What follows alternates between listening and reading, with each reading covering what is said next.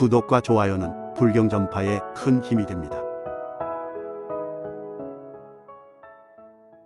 증이라 함경 제14권 24 고당품일 1장 이와 같이 들었다. 어느 때 부처님께서는 사위국 기숙국 고도군에 계셨다. 그때 세존께서 모든 비구들에게 말씀하셨다. 옛날 천재석이 33천에게 말하기를 그대들이 큰 전쟁에 나갔을 때 만일 두렵고 무서운 마음이 생기거든 그대들은 높이 걸려있는 나의 큰 당기를 돌아보아라. 만약 나의 이 당기를 돌아보면 곧 두려움이 없어지게 될 것이다. 만일 내 당기가 기억나지 않거든 저 이사천왕의 당기를 생각하라. 그 당기를 생각하면 모든 두려움은 곧 저절로 사라질 것이다. 만일 내 당기와 이사천왕의 당기가 기억나지 않거든 그때에는 마땅히 저 바르나 천왕의 당기를 생각하라. 그 당기를 생각하면 모든 두려움은 곧 저절로 사라질 것이다 라고 하였다. 나는 이제 또 너희들에게 말한다.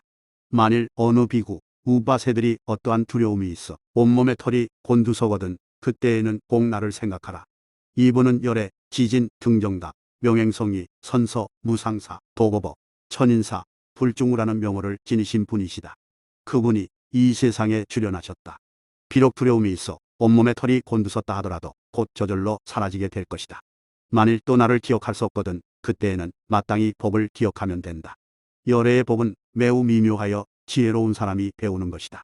이미 그 법을 생각하고 나면 온갖 두려움은 곧 저절로 사라질 것이다. 만일 나를 기억하거나 법을 기억할 수 없거든 그때에는 마땅히 성중을 기억해야 한다. 열애의 성중은 매우 화순하며 복다운 법을 성취하였고 계를 성취하였으며 삼매를 성취하였고 지혜를 성취하였으며 해탈을 성취하였고 해탈견해를 성취하였다.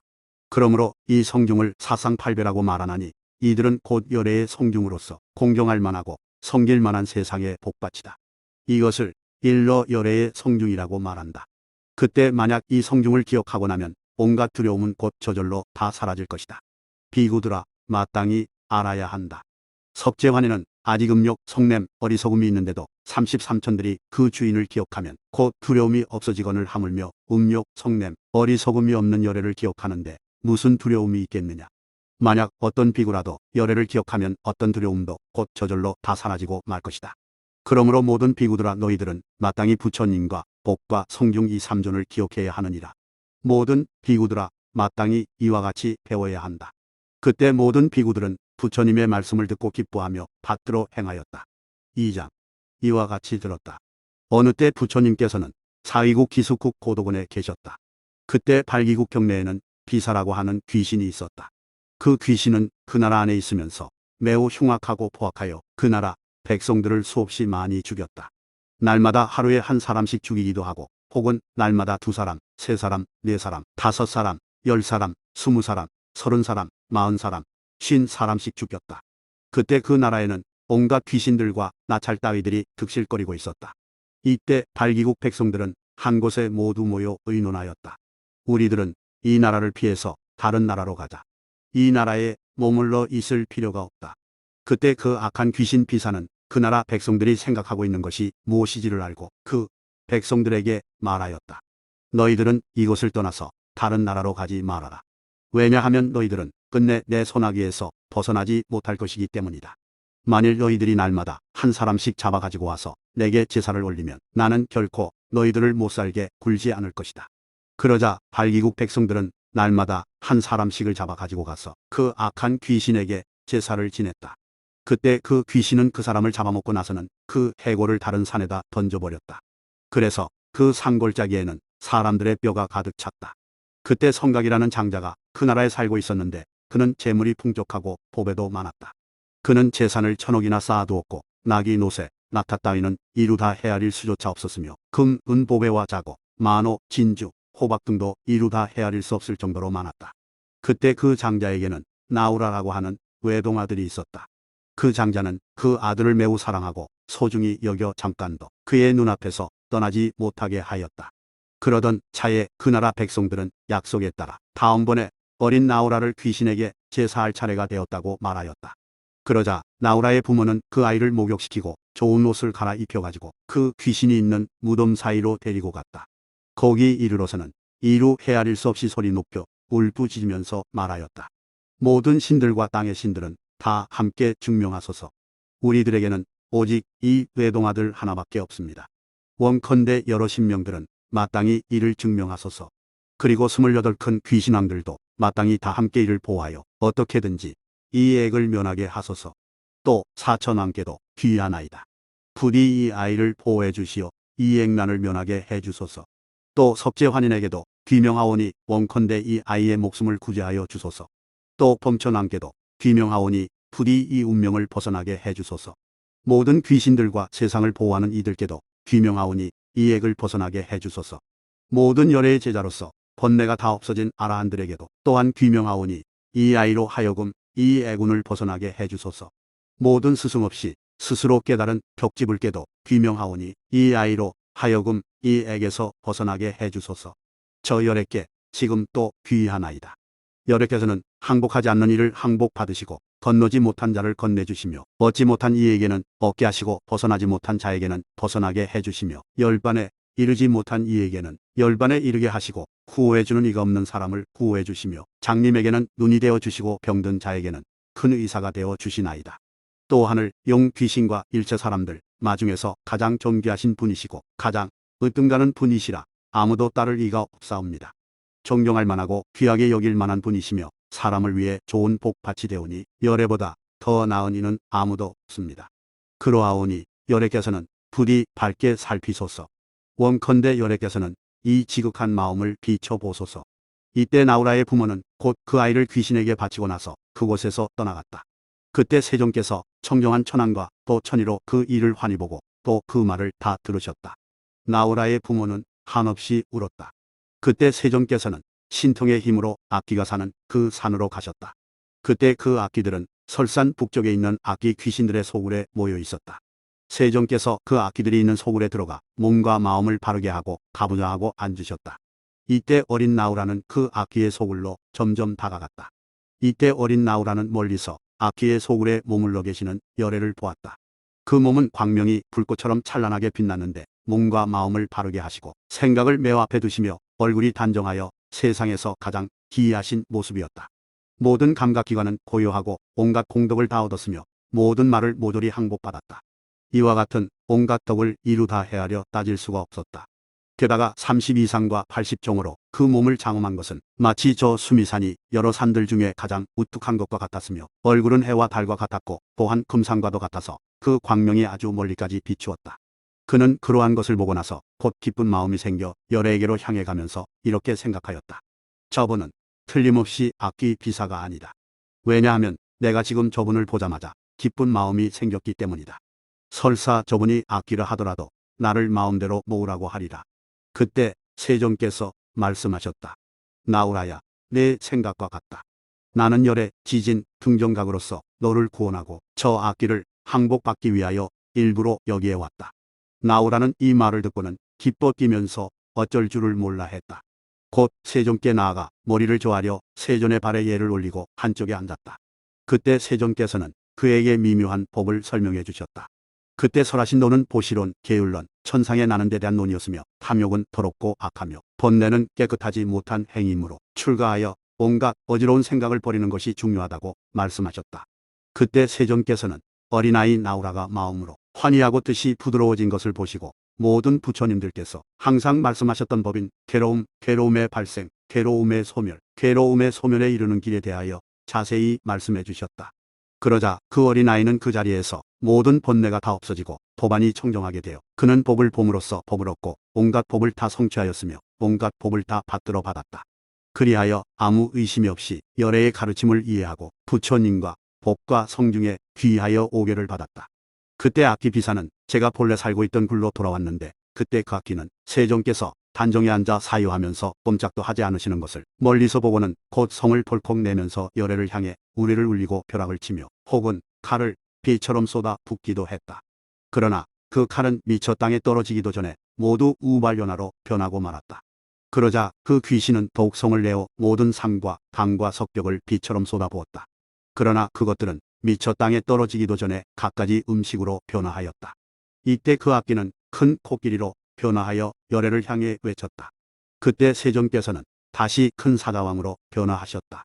그러자 귀신은 갑절이나 더 큰 사자의 몸으로 변신하여 열애를 향해 달려들었다. 그러자 세조는 큰 불더미로 변화했다. 그때 귀신은 더욱더 성을 내어 머리 7개가 달린 큰 용으로 변화했다. 그러자 세종께서 곧 커다란 금시조로 변화하셨다. 그때 그 귀신은 문득 이런 생각을 하였다. 내가 가지고 있는 신통력은 이제 다 나타내었다. 그러나 저 사문은 털끝도 까딱하지 않는다. 내 이제 저에게 가서 깊은 이치를 물어보리라. 이때 그 귀신이 세종께 물었다. 나 비사는 지금 깊은 이치를 물으려고 합니다. 만일 나에게 대답해 주지 못하면 나는 내 2다리를 잡아 저 바다 남쪽에 던져버리리라. 세종께서 말씀하셨다. 악귀야, 반드시 알아야 한다. 내가 스스로 관찰해 보건대 하늘, 사람, 사문, 바람은 사람인 듯 사람 아닌 듯한 것들 중에 능히 내 2다리를 잡아 바다 남쪽으로 던질 만한 자는 아무도 없다. 묻고 싶은 일이 있으면 곧 물어보거라. 그때 악귀가 물었다. 사문이여, 어떤 것이 과거의 행위고 어떤 것이 현재의 행위며 어떤 것이 그 행위 사라지는 것인가? 세종께서 말씀하셨다. 악귀야, 마땅히 알아야 한다. 눈은 과거의 행위다. 과거에 지은 인연의 느낌으로 그 행위 이루어진 것이다. 귀, 코, 혀, 몸, 뜻도 과거의 행위다. 과거에 지은 인연의 느낌으로 그 행위 이루어진 것이다. 악귀야, 이것이 바로 과거의 행위니라. 비사, 귀신이 물었다. 어떤 것이 현재의 행인가? 세종께서 말씀하셨다. 지금 몸으로 짓는 3가지, 입으로 짓는 4가지, 뜻으로 짓는 3가지가 그것이다. 악귀야, 이것을 일러 현재의 행이라고 한다. 그러자 악귀가 물었다. 어떤 것이 행의 사라짐인가? 세종께서 말씀하셨다. 악귀야, 마땅히 알아야 한다. 과거의 행이 모두 사라져 다시는 일어나지 않고 또한 새로 짓지도 않아서 그 행이 영원히 생기지 않고 아주 사라져 남음이 없으면 그것을 일로 행의 사라짐이라고 한다. 그때 그 악귀가 세종께 아뢰었다. 나는 지금 매우 배가 고픕니다. 무슨 까닭에 내 밥을 빼앗습니까? 이 아이는 내가 먹을 음식입니다. 사문이여, 그 아이를 내게 돌려주십시오. 세종께서 말씀하셨다. 옛날 내가 도를 이루기 전 보살로 있었던 때에 어떤 비둘기 한 마리가 내게 몸을 던지며 구원해 달라고 간청한 적이 있었다. 나는 그때에도 오히려 목숨을 아끼지 않고 그 비둘기를 죽음에서 구해주었거늘 하물며 열애가 된 오늘에 어찌 이 아이를 너에게 주어 내 밥이 되게 하겠느냐. 너는 지금 악기로서 내가 가지고 있는 실력을 다 부리더라도 나는 결코 이 아이를 너에게 주지 않을 것이다. 어떠냐? 너는 일찍이 가서 부처님 때의 사문이 되어 보맹을 닦아 가졌었는데 나중에 개를 범하는 바람에 지금 그 악귀의 몸으로 태어났느니라.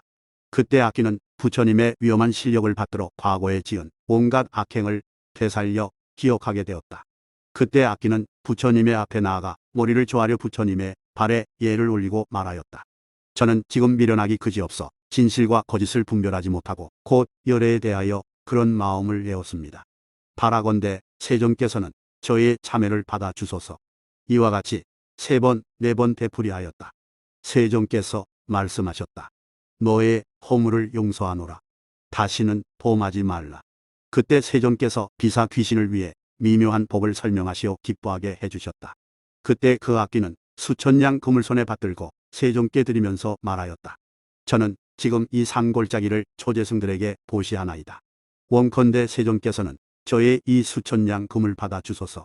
이와 같이 2번, 3번 되풀이하였다.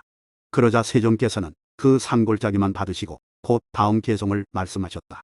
동산을 주어 시원함을 보시하고 큰 강물에는 다리를 놓아주며 커다란 배를 만들어 시설해주고 온갖 양생의 도구를 베풀어주는 등 밤이나 낮이나 게을리하지 않으면 그가 얻는 복 헤아릴 수 없이 많으리니 법의 이치와 계율을 성취하여 마침내 후생에는 천상에 태어나리라. 그때 그 귀신이 세종께 아뢰었다. 잘 모르겠습니다. 세존이시여. 혹 무슨 분부하실 일이 없으십니까? 세종께서 말씀하셨다. 너는 지금 내 본래의 형상을 버린 뒤에 3가지 법의를 잊고 사문이 되어 발기성에 들어가서 가는 곳마다 또는 내가 있는 곳마다 이렇게 외쳐라. 여러분은 마땅히 알아야만 합니다. 여래께서 이 세상에 출현하시어 항복하지 않는 이를 항복받으시고 건너지 못한 이를 건네주시며 해탈하지 못한 이는 해탈하는 방법을 알게 해주시고 구호해 줄 이가 없는 이를 구호해 주시며 장님에게는 눈이 되어 주십니다. 그리하여 모든 하늘, 세상 사람, 용, 귀신, 마, 천마, 사람인 듯 사람 아닌 듯한 것들 중에서 가장 존귀하시고 최상이신 분이라서 그분과 동등할 리는 아무도 없다. 그러므로 공경할 만하고 귀하게 여길 만하여 사람들의 좋은 복밭이 되고 있다. 그는 오늘 어린 나우라를 구원하고 아울러 비사학기를 항복받으셨다. 너희들은 거기 가서 그분의 교화를 받아야 한다. 라고 이렇게 소리쳐 말하라. 대답했다. 그렇게 하겠습니다. 세존이시여. 그때 비사 귀신은 사문으로 변화하여 세 가지 보배를 입고 마을로 들어가 이렇게 교화하며 외쳤다. 오늘 세존께서는 어린 나우라를 제도하시고 비사학기를 항복받으셨다. 너희들은 가서 그분의 가르침을 받아라. 그때를 당해서 발기국경 안에는 많은 백성들이 불꽃처럼 지성하게 많았다. 그때 장자 성각은 이 말을 듣고 나서 기뻐 뛰면서 어쩔 줄을 몰랐다. 그는 8만 4천 사람을 거느리고 세존의 처소를 찾아가서 머리를 조아려 그의 발에 예를 올리고 한쪽에 앉았다. 그때 발기국 백성들은 혹은 세존의 발에 예를 올리기도 하고 혹은 손을 들고 있는 이도 있었다. 그때 8만 4천 대중들이 이미 한쪽에 앉았다. 그러자 세존께서 그들을 위해 점차적으로 미묘한 법을 설명하셨다. 여기에서 설하신 논은 보시론, 계율론, 천상에 태어나는 데 대한 논이었으며 탐욕은 깨끗하지 못한 생각이여 번뇌는 큰 걱정거리라고 말씀하셨다. 그때 세존께서 저 8만 4천 대중들이 마음으로 기뻐하고 있는 줄을 아시고 그들을 위하여 모든 부처님들께서 항상 말씀하셨던 괴로움, 괴로움의 발생, 괴로움의 소멸, 괴로움의 소멸에 이르는 길에 대하여 말씀해 주셨다. 그 자리에 있던 저 8만 4천 대중들에게 이 법을 설하시자 그들은 모두 저마다 그 자리에서 온갖 번뇌가 다 없어지고 법안이 청정하게 되었다. 비유하면 마치 희고 깨끗한 옷이 쉽게 빛깔에 물들여지는 것처럼 이 8만 4천 대중들도 역시 그와 같아서 모든 번뇌가 다 없어졌고 법안이 청정하게 되어 법을 얻고 법을 보며 온갖 법을 분별하되 조금도 의심이 없고 두려움이 없는 경지를 얻게 되었다. 그리고 부처님과 복과 성중에게 귀하여 오게를 받았다. 그때 나우라의 아버지인 장자가 세존께 아뢰었다.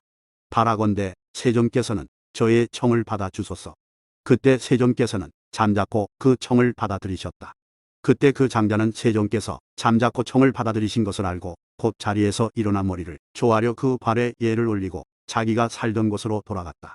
그는 여러 가지 맛있는 음식을 장만해 놓고 이른 아침에 사람을 보내 아뢰었다. 때가 되었나이다. 그때 세존께서는 때가 되자 가사를 입고 바루를 가지고 발기성으로 들어가 장자의 집으로 가셔서 자리에 앉으셨다. 이때 장자는 세존께서 자리에 앉으신 것을 보고 자신의 손으로 직접 갖가지 음식을 골고루 돌렸다. 세존께서 공양을 다 마치신 것을 보고 그는 깨끗한 물을 돌리고는 곧 자리를 가져다가 세존의 앞에 앉아서 세존께 아뢰었다. 훌륭하십니다. 세존이시여. 만일 사부대중들이 필요로 하는 의복, 음식, 평상, 친구, 의약 등을 모두 저의 집에서 가져다 쓰십시오. 세존께서 말씀하셨다. 그렇다. 장자야, 내가 말한 대로 그렇게 하리라. 세존께서 곧 장자를 위해 미묘한 법을 말씀해 주시고 설법을 마치신 뒤에 곧 자리에서 일어나 떠나가셨다. 그때 세존께서는 팔을 굽혔다 펴는 동안만큼의 아주 짧은 시간에 발기국에서 사라져 사의국 기원정사로 돌아오셨다. 그때 세존께서 모든 비구들에게 말씀하셨다. 만일 사부대중들 중에 그 누구든지 의복, 음식, 평상, 친구, 의약 등이 필요하거든 마땅히 저 나우라 아버지인 장자의 집에서 가져다 쓰도록 하라. 그때 세존께서 다시 비구들에게 말씀하셨다. 오늘 우리 우바세들 중에서 물건을 아까워하지 않고 보시하기로 제일 가는 제자는 바로 나우라의 아버지이니라. 그때 비구들은 부처님의 말씀을 듣고 기뻐하며 받들어 행하였다. 3장. 이와 같이 들었다.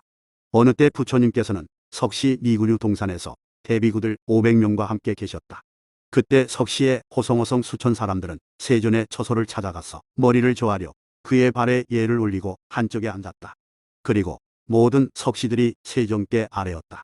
오늘 당장 왕이 되어 이 나라를 다스리면 우리들의 종성은 곧 썩지 않을 것입니다.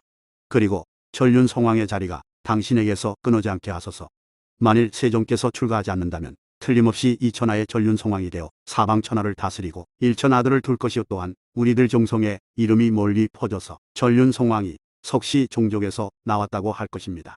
그러므로 세존께서는 마땅히 왕이 되어 천하를 다스림으로써 왕의 종자가 끊어지지 않게 하소서. 세존께서 말씀하셨다. 나는 지금 왕의 몸이니 그 이름을 보방이라고 한다. 그 까닭은 이러하다. 나는 지금 그대들에게 물으리라. 어떤가? 모든 석시들아, 전륜성왕은 칠보를 두루 갖추고 용맹스런 일천 아들을 둔다고 말했는가? 나는 지금 삼천 대천찰터 중에서 가장 높고 최상이어서 아무도 나를 따를 이가 없으며 칠가기의 보배를 성취하였고 무수천 성문의 아들들이 따르고 있다. 그때 세종께서 곧 이계성을 말씀하셨다. 이제 만일 왕의 자리가 지면 얻은 뒤에는 다시 잃게 되지만 이 포방의 자리는 가장 훌륭하여 끝도 없고 또한 시작도 없다.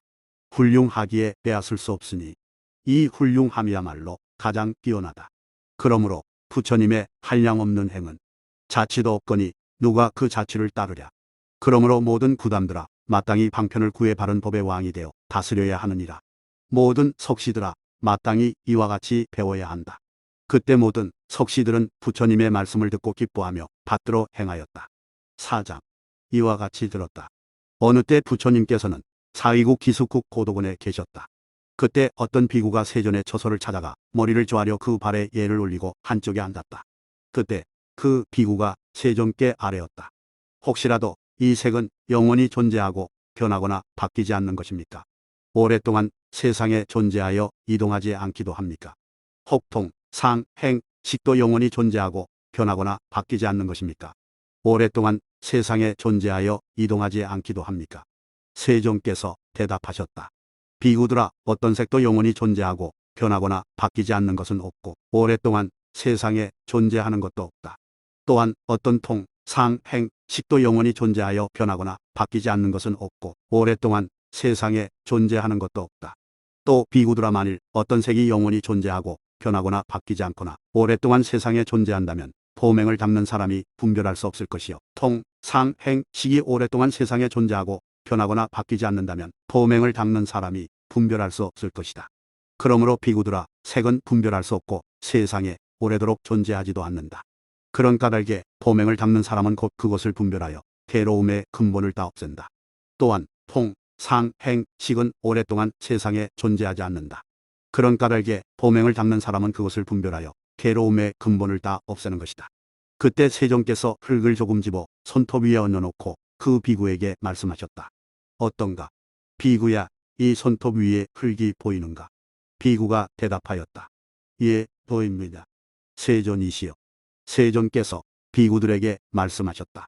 만일 마땅히 이만큼이라도 색이 이 세상에 항상 존재한다면 보맹을 닦는 사람은 그것을 분별하여 괴로움의 한계를 벗어날 수 없었을 것이다. 그러므로 비구들아, 그만큼이라도 색은 항상 존재하는 것이 아니기 때문에 곧 보맹을 닦아 괴로움의 근본을 없애는 것이다. 그 까닭이 무엇인가? 비구들아, 나는 옛날에 대왕이 되어 사방천하를 다스릴 때의 법으로 백성들을 다스렸고 칠보인 윤보, 상보, 마보, 주보, 옥녀보, 거사보, 전병보를 완전하게 갖추었다. 비구들아, 마땅히 알아야 한다. 나는 그때 전륜성왕이 되어 온 천하를 다스릴 때 8만 4천 마리의 신령한 코끼리가 있었는데 그 코끼리의 이름은 보라고 하였다. 다시 8만 4천 대의 우보로 꾸민 수레가 있었는데 혹은 사자 가죽으로 뚜껑을 덮기도 했고 혹은 일이나 개 가죽으로 뚜껑을 덮기도 하였으며 모두 단기를 달고 높은 일산을 씌웠다. 다시 8만 4천 개의 높고 넓은 누각이 있었는데 마치 천재가 살고 있는 궁정 같았고 또 8만 4천 개의 강당이 있었는데 그것들은 복강당과 비슷했다. 또 8만 4천 명의 미녀가 있었는데 그들의 얼굴은 천녀와 같았고 다시 8만 4천 개의 높고 넓은 자리가 있었는데 모두 금과 은등 칠보를 가지고 사이사이를 꾸몄으며 또 8만 4천 벌의 의복이 있었는데 모두 화려한 문체로 술을 놓았고 매우 부드러웠으며 또 8만 4천 가지 음식이 있었는데 여러 가지 맛을 골고루 갖추었다. 비구들아, 마땅히 알아야만 한다. 나는 그때 큰 코끼리를 타고 다녔는데 빛깔이 매우 희고 좋았다. 입에는 6개의 어금니가 있었으며 금과 은으로 장식하였고 몸은 능히 날아다녔으며 또한 몸을 숨기기도 하였고 혹은 크게도 했다가 혹은 작게도 하곤 하였었다. 그 코끼리의 이름은 보라고 하였다. 또 나는 그때 신령스런 말을 타고 다녔는데 그 말의 꼬리털은 붉은색이고 걸을 때에도 몸을 흔들지 않았으며 금과 은으로 장식하였고 몸은 능히 날아다녔으며 또한 몸을 숨기기도 하였고 혹은 크게도 했다가 혹은 작게도 하곤 하였다. 그 말의 이름은 모왕이라고 하였다. 또 나는 그때 8만 4천 개의 높고 넓은 누각이 있었다. 그중 한 누각에서 살고 있었는데 그 누각의 이름은 순이마라고 하였으며 순금으로 지었다. 또 나는 그때 한 강당 안에서 살았는데 그 강당의 이름은 법설이라고 하였으며 순금으로 지어진 것이었다. 또 나는 그때 우모로 만든 수레를 타고 다녔는데 그 수레의 이름은 최승이라고 하였고 순금으로 만든 것이었다. 또 나는 그때 어떤 옥녀를 거느렸는데 그들은 좌우에서 모시기를 자매처럼 하였다. 또 나에게는 그때 8만 4천 개의 높고 넓은 자리가 있었다. 나는 그 중에 한 자리를 썼는데 금, 은, 영락 등 이루 헤아릴 수 없이 많은 보배로 장식하였다. 또 나는 그때 미묘한 옷을 입었는데 마치 하늘 옷과 같았으며 먹는 음식의 맛은 마치 감로와 같았었다. 내가 전륜 송왕이었던 그때 8만 4천 마리의 신령한 코끼리들이 아침마다 올 때에는 문 밖에서 상해를 당하는 사람이 이루 헤아릴 수 없이 많았었다. 그때 나는 이렇게 생각하였다. 이 8만 4천 마리의 신령스런 코끼리가 아침마다 올 때 문 밖에서 상해를 당하는 사람이 이루 헤아릴 수 없이 많다. 나는 지금 마음속으로 그것을 둘로 나누어 4만 2천 마리가 아침마다 와서 축하하게 하고 싶다. 비구들아, 나는 그때 이렇게 생각하였다.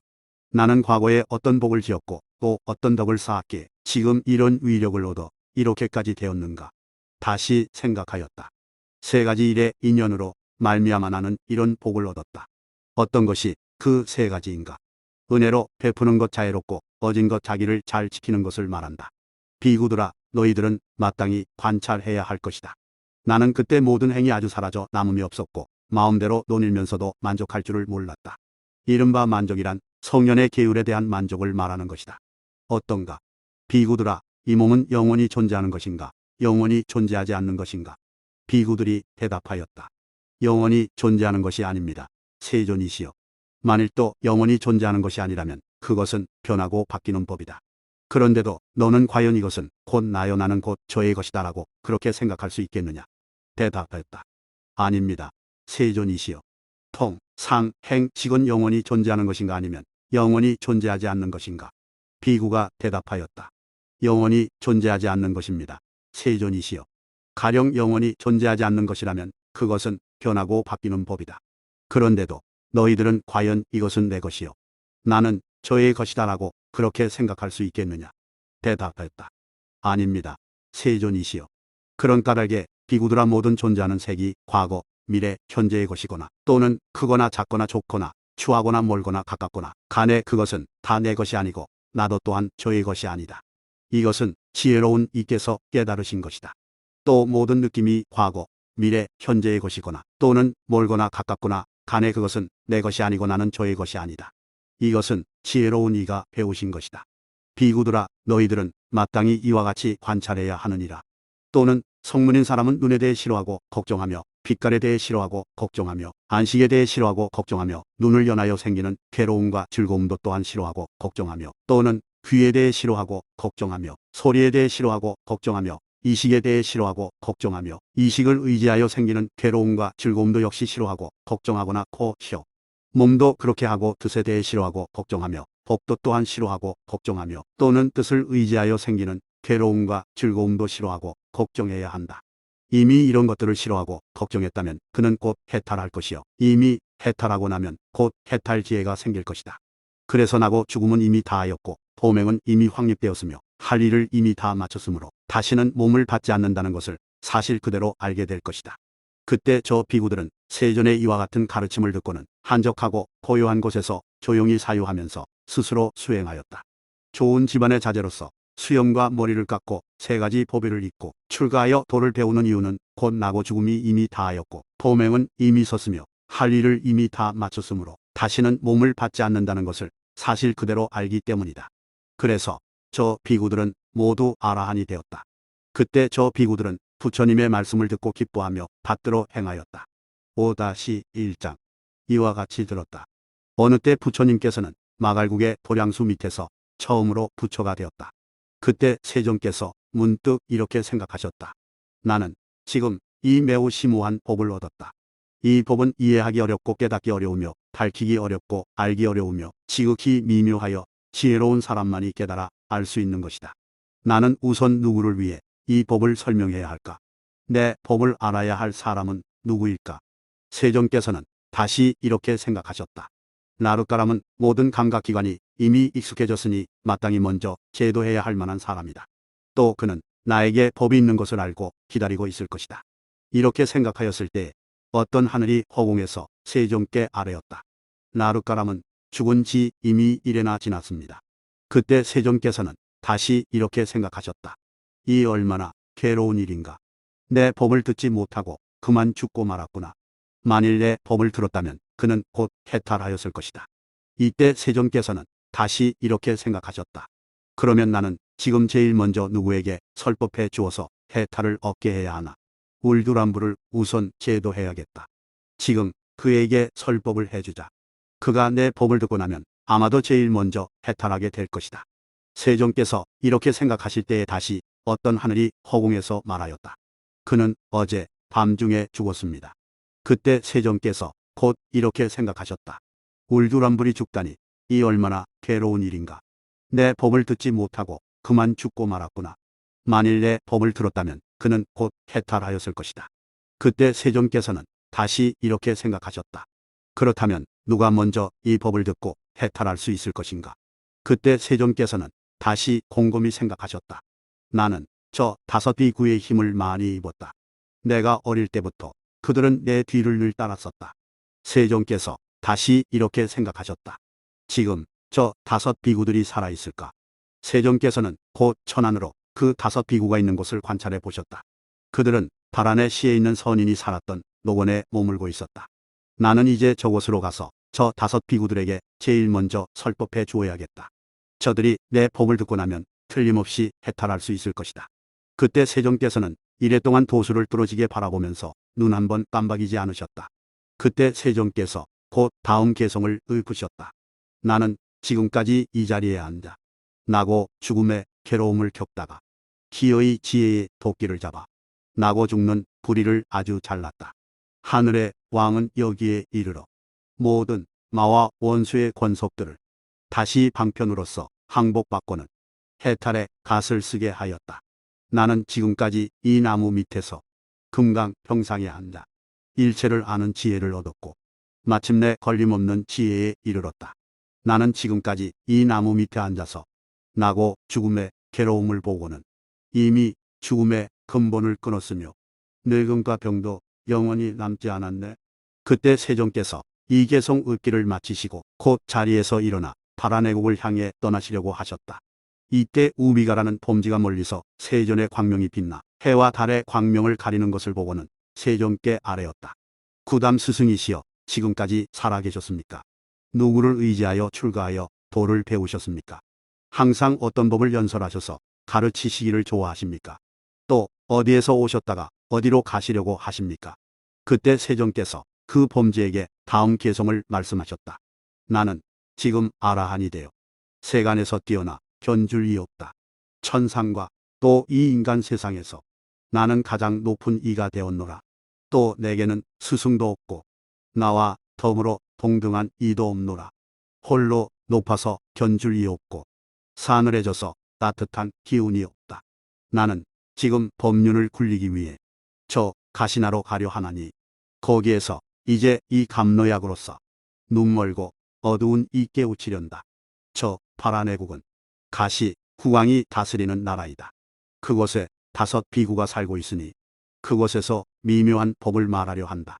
그들로 하여금 도를 빨리 이루게 하고 누진 통을 얻게 하여 나쁜 법의 근원을 없애게 하려고 하노니 그런 까닭에 나는 가장 훌륭하니라. 그때 저 범죄는 찬탄하면서 머리를 숙이고 합장하고는 손가락을 튀기며 빙그레 웃으면서 발길을 돌려 떠나갔다. 그때 세종께서 파라내국으로 가셨다. 이때 5비구들이 멀리서 세존이 오시는 것을 보고 서로 의논하였다. 저 사문구담이 멀리서 오고 있다. 생각이 어지럽고 마음은 순수하지 못하다. 우리들은 아무 말도 하지 말고 또 일어나서 맞이하지도 말고 또 앉으라고 청하지도 말자. 그때 5비구들은 이런 개성을 말하였다. 저 사람은 존경할 만한 사람이 아니다. 그리고 또 친근하게 대하지도 말자. 잘 왔다고 인사도 하지 말고 자리에 앉기를 청하지도 말자. 그때 5비구들은 이 개성을 마치고 나서 모두 잠잡고 있었다. 그러자 세종께서 5비구들이 있는 곳으로 나아가 점점 그들 가까이에 가셨다. 그때 5비구들은 저도 모르게 일어나 맞이하면서 혹은 자리를 펴기도 하고 혹은 물을 가지고 오기도 하였다. 그러자 세종께서 곧 자리에 앉아 이렇게 생각하셨다. 이 어리석은 사람들은 끝내 제 본성을 온전히 가지지 못하는구나. 그때 다섯 비구들은 세존을 그대라고 불렀다. 그때 세존께서 다섯 비구들에게 말씀하셨다. 너희들은 무상지진, 등정각을 그대라고 부르지 말라. 왜냐하면 나는 이미 무상지진, 등정각이 되어 훌륭한 감로를 얻었노라. 각자 스스로 생각을 오로지 하고 내 법을 들어라. 그때 다섯 비구들이 세존께 아뢰었다. 구다미시여, 그대는 본래 고행할 때에도 오히려 상인의 법을 얻지 못하였거늘 하물며 지금 그 어지러운 마음으로 어떻게 도를 얻었다고 말하는가. 세존께서 말씀하셨다. 어떻게 생각하느냐. 다섯 사람들아, 너희들은 일찍이 내가 거짓말하는 것을 들은 적이 있었더냐. 다섯 비구들이 말하였다. 아닙니다. 구다미시여. 세존께서 말씀하셨다.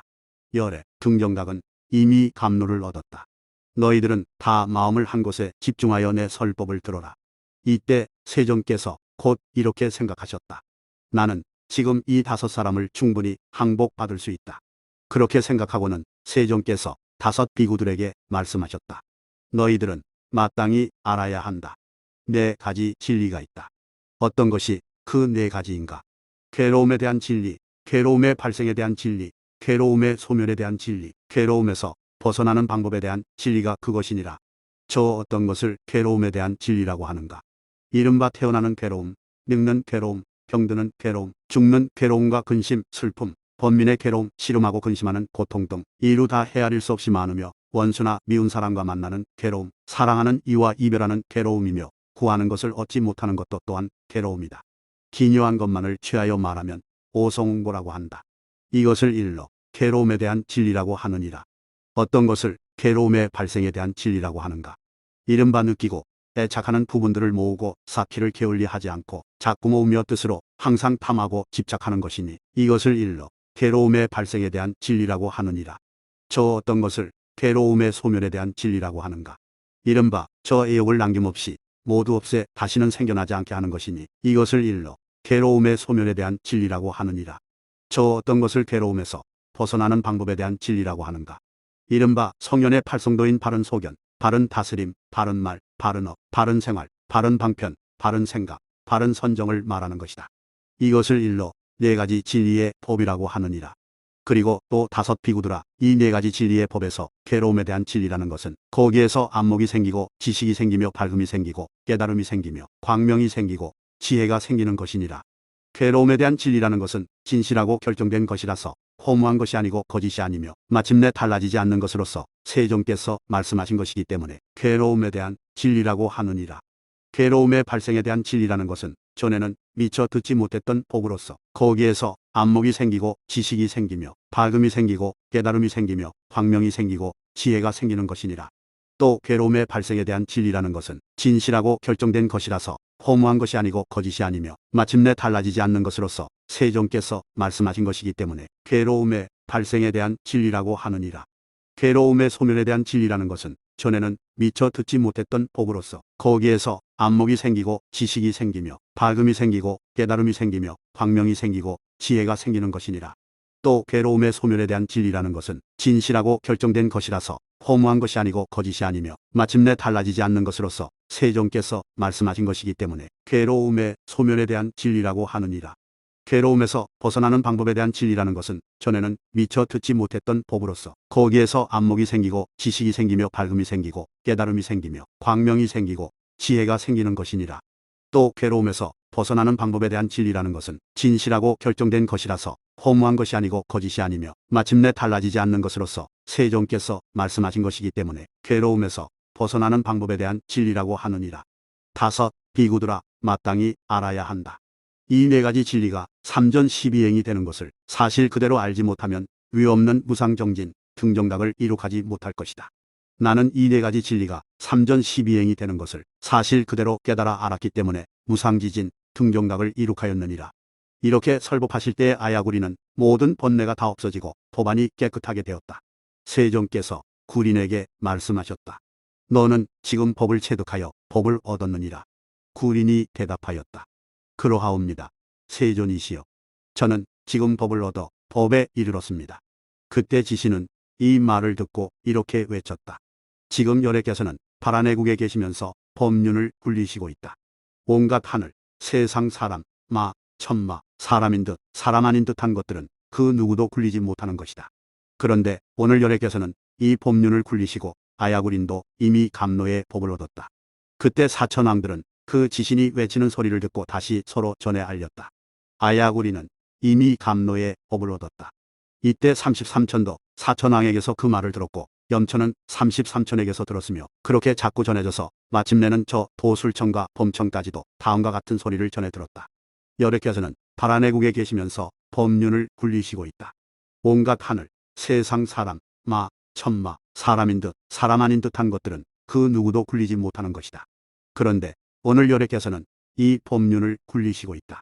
그리하여 그를 곧 아야구린이라고 이름하게 된 것이다. 그때 세종께서 5 비구들에게 말씀하셨다. 너희들 중 2 사람이 여기에 머물러 가르침을 받을 때에는 3 사람은 나가서 덜식을 해와서 그 3 사람이 얻은 음식을 6 사람이 나누어 먹도록 하라. 또 3 사람이 여기에 머물러 가르침을 받을 때에는 2 사람이 나가서 덜식을 해와서 그 2 사람이 얻은 밥을 6 사람이 나누어 먹도록 하라. 세종께서 이렇게 가르치시자 그때 5 비구들은 생함이 없는 열반법을 얻었고 또한 남이 없고 늙음이 없으며 병들미 없고 죽음이 없음을 이루어 모두 아라한이 되었다. 그때 이 삼천 대천 찰토에는 5 아라한이 있게 되었고 부처님까지 모두 6이 되었다. 그때 세종께서 5 비구들에게 말씀하셨다. 너희들은 누구든지 세상에 나가 걸식할 때에는 부디 혼자 다니지 말라. 그리고 또 중생들 중에는 근기가 순수하고 익숙하여 제도를 받을 만한 사람도 있다. 나는 지금 우류비라는 마을로 가서 그곳에 머물면서 설법을 할 것이다. 그때 세종께서 곧 우류비라는 마을로 가셨다. 그때 미련이라고 하는 강가에는 가섭이라는 수행인이 살고 있었다. 그는 천문과 지리를 모두 해박하게 통달하지 못한 것이 없고 저 나뭇잎까지도 계산하여 모두 분명하게 알았으므로 그는 그때 500명의 제자들을 거느리고 날마다 그들을 교화하고 있었다. 가섭이 있는 곳에서 그리 멀리 떨어지지 않은 곳에 돌집이 있었고 그 돌집 속에는 동룡이 살고 있었다. 그때 세종께서 가섭의 처소에 이르러 가섭에게 말씀하셨다. 내가 오늘 밤에 저 돌집에서 하루 저녁 묵으려고 하는데 허락해 주겠는가? 가섭이 대답하였다. 내가 저 돌집을 아까워해서 그러는 게 아니요. 다만 거기에는 동룡이 있는데 그 동룡이 혹 당신을 해칠까 걱정될 뿐이요. 세종께서 말씀하셨다. 가섭이여, 괴로워할 것 없다. 용은 나를 해치지 않을 것이다. 그저 하룻밤 묵는 것을 허락해 주면 돼요. 가섭이 대답하였다. 꼭 묵고 싶으면 묵으시오. 그러자 세종께서 곧 돌집으로 들어가셔서 자리를 펴고 주무시다가 다시 가보자 하고 앉아 몸과 마음을 바르게 하고 생각을 매화 앞에 두고 계셨다. 이때 동룡이 세종께서 앉아 계시는 것을 보고 곧 불을 토하였다. 그러자 세종께서 자산매에 들어가셨다가 다시 자산매에서 깨어나셨고 또 화염 광산매에 들어가셨다. 그러자 용이 토해내는 모든 불과 부처님의 광명이 한데 어우러졌다. 그때 가섭이 밤에 일어나서 별자리를 살펴보다가 돌집 안에서 일어나는 큰 불빛을 보았다. 그것을 보고 나서 그는 곧 제자들에게 말하였다. 이 구담 사무는 얼굴이 매우 단정하였는데 이제 용에게 해를 입어 죽는 모양이구나. 참으로 가엾은 일이다. 내가 아까 그에게 거기에는 동룡이 살고 있어 머무를 수 없다고 말하였다. 그때 가섭이 다시 500제자에게 말하였다. 너희들은 물병과 높은 사다리를 가지고 가서 저 불을 끄고 그 사문을 저러한 어려움에서 구해 내도록 하라. 그때 가섭은 500제자를 데리고 돌집으로 달려가 불을 끄기 시작하였다. 혹은 물을 뿌리기도 하고 혹은 사다리를 놓기도 했지만 그 불길은 도저히 잡을 수가 없었다. 그것은 다 열애의 위실력 때문이었다. 그때 세종께서는 자산매에 들어가 점차저 용으로 하여금 다시는 성을 내지 못하게 하였다. 그러자 그 사나운 용은 두려운 마음이 생겨 동쪽 서쪽으로 마구 치달리면서 돌집을 빠져나가려고 애를 썼으나 도저히 그 돌집을 빠져나갈 수가 없었다. 그때 그 사나운 용은 열애를 향해 가더니 그만 바로 속으로 들어가 머물고 있었다. 그때 세종께서 오른손으로 동룡의 몸을 어루만지시면서 개성을 말씀하셨다. 용의 몸을 벗어나기는 매우 어렵다. 용과 용이 한 곳에 모였으니 용이여 해칠 마음 일으키지 말라. 용의 몸을 벗어나기는 매우 어렵다.